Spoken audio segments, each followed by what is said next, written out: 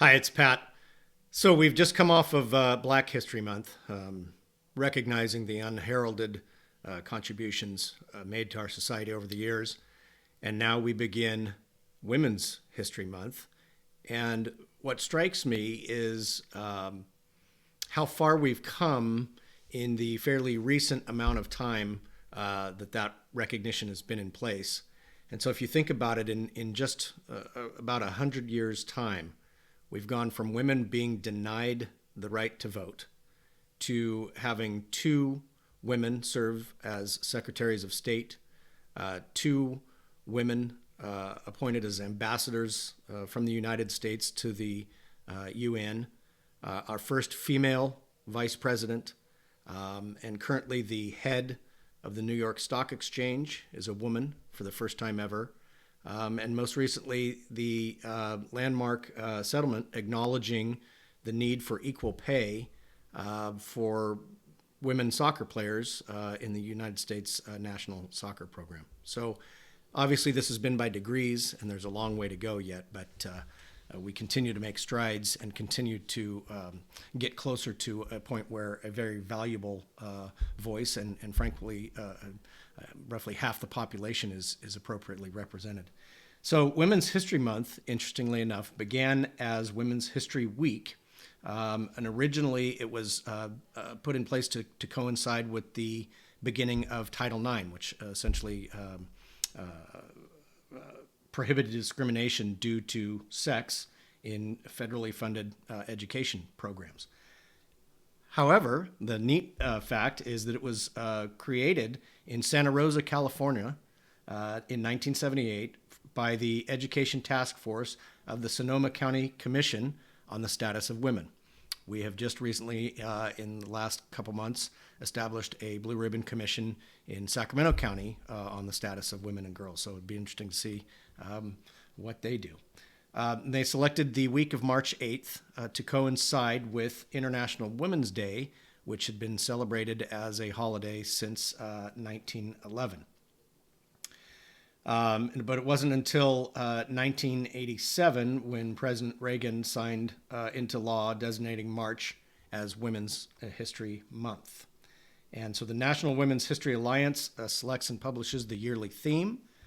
This year's theme is Women Providing Healing and Promoting Hope, not only to coincide, obviously, with the trauma that our healthcare workers have gone through during this pandemic, but also just to recognize the important contributions they've made in that space.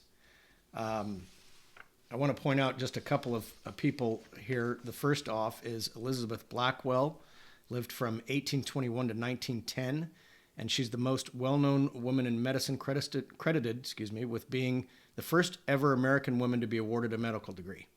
And she used her ability to train nurses during the Civil War. So that goes back quite a while. She made regular trips to Europe, establishing the first British medical school for women in 1874, which allowed more women to follow in her footsteps. And it's because of pioneers like her that the U.S. became a global destination for women in the medical field as far back as the 1880s. In 1885, Dr. Anandabai Joshi from India, Dr. K.E. Okami from Japan, and Dr. Tabat Islambult from Syria all graduated from the Women's Medical College of Philadelphia. A couple of other folks I want to point out just to share a fun fact with you is Anne Sullivan and Helen Keller. Obviously, those are fairly recognizable names. Fun fact, I played Helen Keller's younger brother, Jimmy, in the Coronado Playhouse production of The Miracle Worker. And it was eye-opening as a college student at the time to delve in more deeply to this story of a woman who was essentially hired on as a glorified babysitter for what was they considered to just be an unruly, unreachable child. And she saw the promise in Helen Keller, who was both deaf and blind. And so how do you communicate with someone that can't see sign language and can't hear sounds? And so she would make the sign in her hand and then do association to teach her what that meant. Helen Keller obviously went on to be a remarkable activist for disability rights. She achieved a bachelor's degree And she has a great quote that says, "Life is either a great adventure or nothing." Other notables, obviously, Rosa Parks, an amazing woman that through one act of defiance sparked an entire movement. You wonder if Dr. King's message would have been as powerful without that woman saying, "Not here, not today." Amelia Earhart, who was the first woman to ever fly across the Atlantic. 50 years later, Sally Ride was the first woman to ever go into space. But I want to talk just a minute about a woman who's obviously near and dear to me, and that's my mom. And she is remarkable for many things. Maybe the one of the most notably is that she was widowed in 1977 with 5 kids in tow, starting 21-year-old in college down to a 5-year-old twerp named Pat.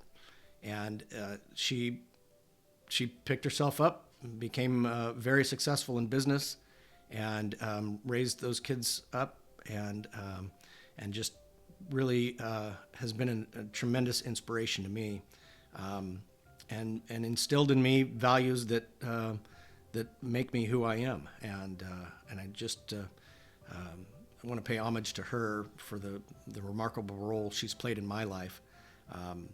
Interesting story: when I was a high school at Jesuit, we had a career day for the parents to come in and talk about their careers and whatnot. And my mom came in and gave a presentation, and when she was finished, one of my classmates leaned over to me and said, "You don't get away with much, do you?" So it was apparent, even after meeting her for a brief time, just how sharp of a woman she is. To finish this up, the old adage, the cliche, if you will, is that behind every great man, there's a great woman. And I don't think that really goes far enough. I think that men only exist because of women. And they become great because of women's influence on their lives. And so I look forward to the day when there is less distinction.